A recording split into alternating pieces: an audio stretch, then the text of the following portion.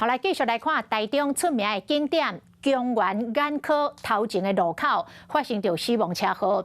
昨暝9点外，两个东海大学的女学生骑斑马线要过大路，被一台转弯的公车撞到，其中一个20岁女学生被夹落车骹死亡。这个60多岁驾驶讲，当时这个天色暗昏，两个女大学生佫穿暗色的衫，伊无看到才会弄到人。这个驾驶服务15档路。 过去并无重大违规的记录，这届弄死人了后，向医生以20万交保。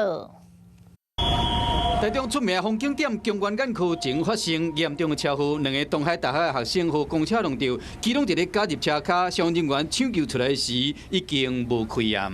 倒伫涂骹，已经袂顶袂动着头。 警方到现场勘查，代志发生的当时，公车伫路口车顶倒滑。这时阵，20岁姓林的女大学生甲21岁姓王的女大学生行斑马线要过车路，赛车这个姓史的驾驶甲警方讲，当时光线较暗，加上两个女大学生穿是深色的衫，才去弄到，其中一个救无完。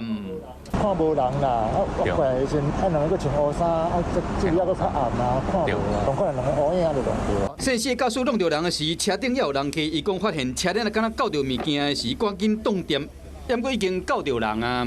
驾驶没有遵守路口停让行人之慢看停，致发生左转撞上斑马线上2名行人。 发生车祸路口是单行道，公车一转弯虽有斑马线，客运公司认为讲，这个肇事的姓史驾驶当时敢若是无遵守规定，转弯要通过斑马线进前一定要停落来等，不过伊直接就咧驶过去。这个姓史驾驶伫公司服务15年啊，无违规的记录，嘛摆因为服务人客得到真济摆的嘉奖。这摆赛车去弄死了女大学生，被警方依照过是致死罪嫌移送。